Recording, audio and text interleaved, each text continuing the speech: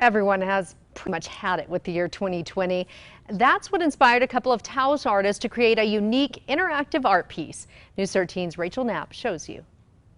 2020 is a year for the books. Social tensions, the pandemic, and economic woes, just to name a few. As a response to this unprecedented time, a couple of Taos artists built a sculpture that represents the year. We're encouraging people to stop at the sculpture and write little notes about how they're feeling, their hopes, their fears, their frustrations, their aspirations, whatever is coming up for them in this time. It's called Capsule, and it sits in the heart of the tiny town of Arroyo Seco, just miles away from the Taos Ski Valley, and it's hard to miss. Standing 14 feet tall, it has steel hands that surrounds what looks like the coronavirus strain, but the artists say the sphere is meant to represent the world, and the glass cones are people. Capsule is also supposed to be an interactive piece. So here's how it works. People visiting the sculpture can grab a pencil and paper on site, write down the message they want to put inside the capsule, and they can put their message in one of the slots.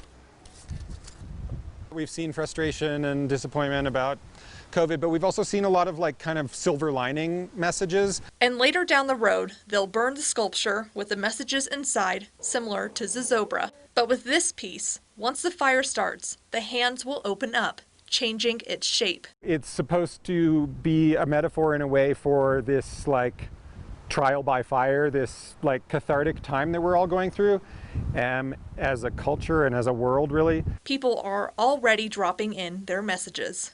I actually wrote something about being sad at the isolation from family, but grateful for the isolation for peace and transformation, time for transformative healing. So I felt like it was, in a way, a reminder of the positive that can come from some of these negatives. Rachel Knapp, KRQE, News 13.